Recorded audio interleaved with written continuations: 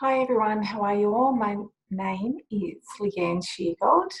So today I want to speak to you about what is fear and how to start to overcome your fear.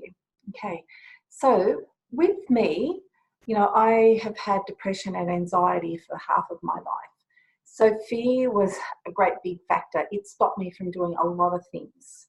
Um, you know, and I would feel myself getting anxious and the heart palpitations and not being able to breathe. And yeah, it was just so many things. And then eventually I got to the point where I was like, I am sick to death of this. So I really started making myself do things. And I know for me, over the time with the depression and the anxiety, for me, I was able to talk myself into doing things. Not all the time, but some of the time I could really talk myself into doing it. And so that's how I refused. It was like, all right, from this point on, I refused to let my anxiety and depression control me and stop me from doing things. So, I had such a great big fear of flying and feeling sick because I get motion sickness and all that. And I'm like, right, well, just popping a pill, popping one of those, motion sickness tablets and going for it. And, I'd go to the toilet like 100 times, but I really started and that's when my whole life changed. When I actually decided, right, I'm not going to let fear control me anymore. I'm going to start to try to do things and make myself do things. So, and that really is a really big thing for me also in my spiritual business when I first started. And because I was in a space probably about 5 years ago now where with my job, my 9 to 5 job, I was giving like 150% to that. I absolutely loved and adored it, but I was actually quite burnt out and overwhelmed and really hating myself. I was overweight as well. I was hating life and hating myself, and everything was just not good. And so I realized that I had to actually make some changes to start to feel better about myself. And so that's when I started meditating. That was one of the things that really helped me. It was like the main thing. And from that, I realized that I started to build up a rapport. So my guides came back from when I was a child. They started communicating with me again. And then I went and studied and did my advanced certificate in meditation because how much I loved meditation. I wanted to help other people in meditations. And then I actually started doing my own business at night where I run meditation classes with people as well.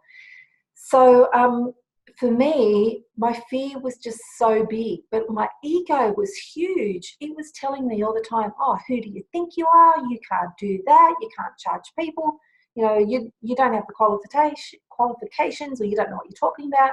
My ego was going goddamn crazy. And I really had to flex, that willpower when you're on a diet and you've really got to push yourself not to go to the fridge and eat all the things.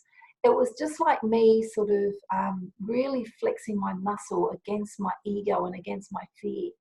So the strategy that I came up with from that point of my ego being so controlling and wanting to tell me what to do, and it was keeping me safe by saying all of these things, but it was really hard because it would then just start. And once I started believing it and allowing it to tell me, you're not worthy, you're not good enough, you're not bright enough, you're not smart enough, you're not thin enough, you're not pretty enough, who the hell do you think you are?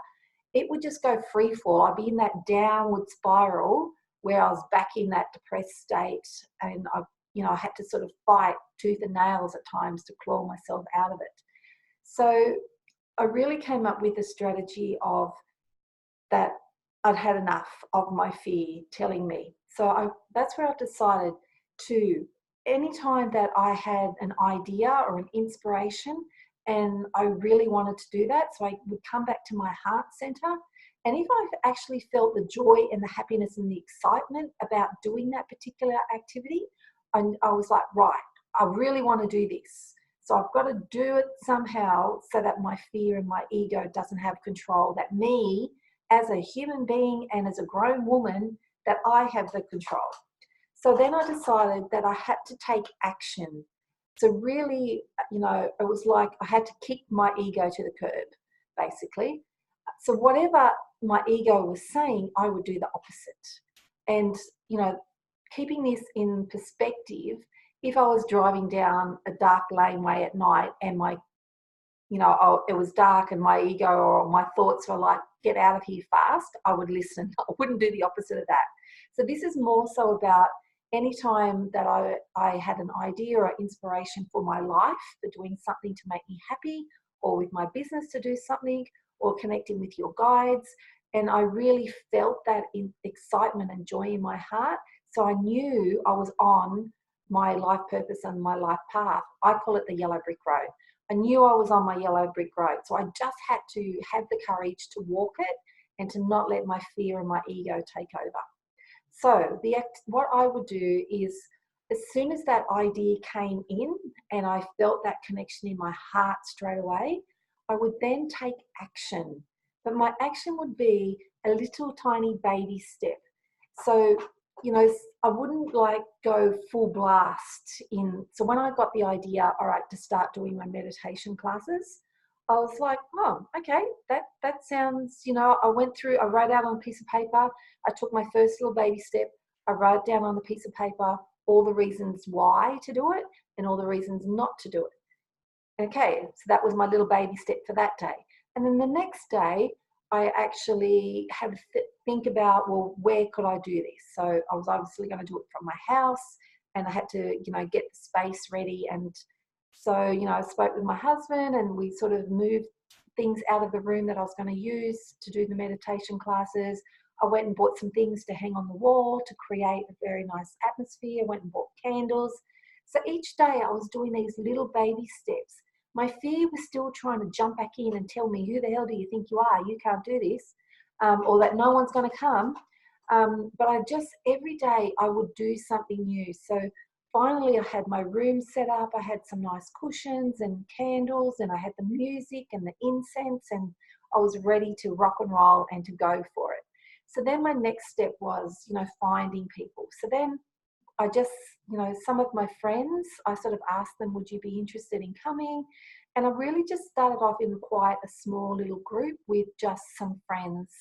And then, from those, I think there might have been 3 or 4 friends that came for a couple of weeks, or a couple of months really they came for, and then it turned into winter.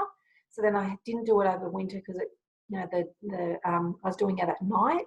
So people wanted to be at home with their kids. So then once winter was over, I was like, okay, so I've started off small. I had people coming, and that's fabulous, but now I want to expand it. I want to go a bit bigger.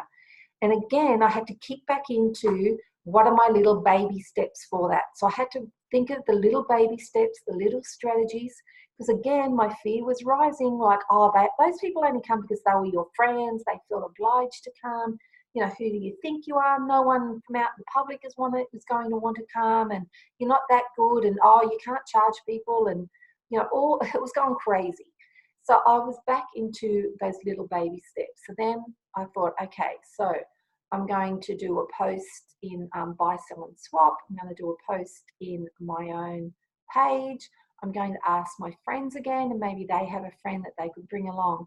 So I actually ended up with, I think the first time I was just doing it one night a week, and I was totally amazed through Buy, Sell and Swap. I had all of these people connect to, message me. So I ended up running it over 2 nights. So for me, the best way to overcome your fear, especially when you feel that connection in your heart, that it's the right thing for you, you feel excited about it, is to take action, but to take action in little baby steps. So, you might actually decide, all right, today I'm going to start by actually doing some research, look on Google and research about it. You might then get some more, the inspiration and the adrenaline will be flooding through your body. So you might then actually, when you've finished your research, you then might decide, all right, I'm going to have a look at coming up with business names, or I'm going to have a look at starting to design a Facebook group. So it's like, if you feel you've got the energy and you're happy to keep going with doing more than one little baby step each day, then stay in that flow and go with it. So this, what I found, is really the best way for me personally to conquer my fear and to flex my willpower muscle, is to really just take that action as soon as I can. Because if I wait for a day, my ego and my fear has 24 hours to go absolutely crazy and fill my head with absolute shit and bullshit that's not true, so that I stop it. So I don't do it. So I back down into my nice little safe corner and stay there. So that's why, you know, or if you even wait even longer, you actually end up, they talk you out of it and you go, oh, all right, okay, it's too hard, I can't do that. And you back down, you give up, and you're back in your corner again.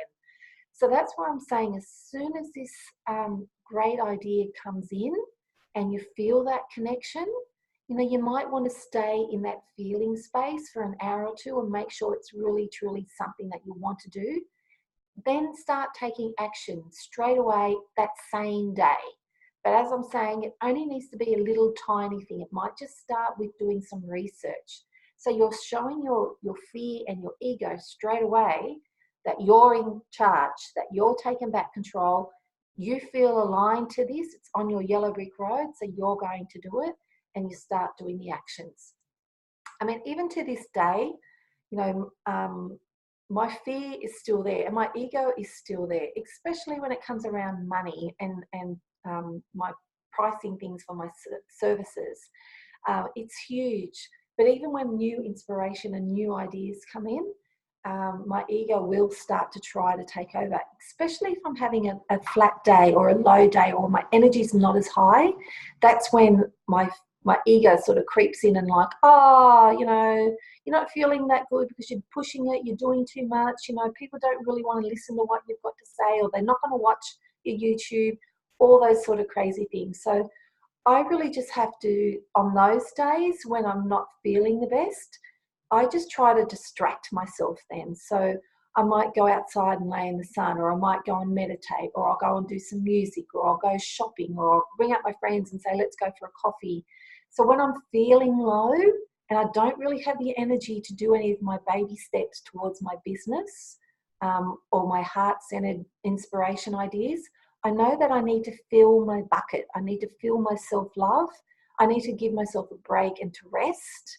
But I need to be doing things. So that's where I try to distract myself. You know, I might go out and water the garden, or go plant some flowers, or, you know, ring my mum, or anything at all, so that I can distract my ego, because I don't want it to keep building and get bigger and talking me out of doing what I feel in my heart is the right thing to do. Okay, so I have found that my fear and ego is still there, but it's not as strong as what it used to be. Like for me now, it mainly comes back when I'm having a down day or a flat day, really. And that's where I just find things to do to distract myself, so that I'm not able to allow those thoughts from my ego to build and get bigger, because I definitely am not connecting to those. So just to recap, you know, when you feel that connection or that inspiration and you feel it in your heart, you feel excited and your blood is bubbling with joy and happiness and motivation, and you know that, you know, that's a key. That is your helpful sign from your guides telling you that that is aligned to your life purpose, your life passion, you're walking the yellow brick road. And so it's like then taking action, breaking it down into small little baby steps, even maybe writing out a list of small little baby steps that you could take, and then each day doing one of those steps, so that you're flexing your willpower, you're showing your ego that you're not going to let it stop you from moving forward, especially because you have this connection and you can feel it in your heart. Okay, so I hope these tips help you. And really, this is my biggest tip to apply to your life, to moving forward, to making decisions. You know, really just feel into your heart. And if you know you're on the right path, then take little baby steps towards your action. I mean, even down to the point of, you know, if you're scared of flying on planes, but you know you've got to go on a plane to go to a holiday, well, then it's like, okay, rationally, what can I do to help myself? So I can go and buy the tablets from the chemist that will help you with motion sickness. You can maybe have some books on your Kindle, or buy some books that you can take with you to read while you're on the plane. You can do all these different things. Make a list of things that you could do to help you, and keep visualizing that holiday, that end goal. You're getting on that plane to get to that holiday, and that's the main thing. Visualizing yourself at the holiday, you're having fun, you're laughing, you're soaking up the sun, you're with your family and your friends, you're on an adventure. So it's like, all right, this flight is really a little bip, a bip in time, because you've got 2 weeks at this fabulous holiday and you've got this little flight that you have to do to get to there. So if you keep that in your mind, the end goal of the holiday, the flight really is insignificant. But then it's about thinking, researching, all right, what are the things that I could do to help myself before I get on the plane? And then also, if you can choose your seats, you might want to be in the aisle so you can get up and down and move around and all that sort of thing as well. Okay, so I hope that this video helps you with overcoming your fears and not letting your ego control you as much, and that you really start connecting back to your heart center as well. And use this in all aspects of your life, in your personal life, in your business life, in your relationships, everything. Okay, I thank you for listening, and I hope you have a lovely day. Let me know how you go with this technique. You might need to tweak it some. I'd love any comments so that I can help you with how to overcome your fears. Look at my website, join my YouTube channel so you can get all the latest videos, and also look out below will be the free link to how to communicate with your spirit guides and start communicating with them as well. All right, I'll check you all later. Bye.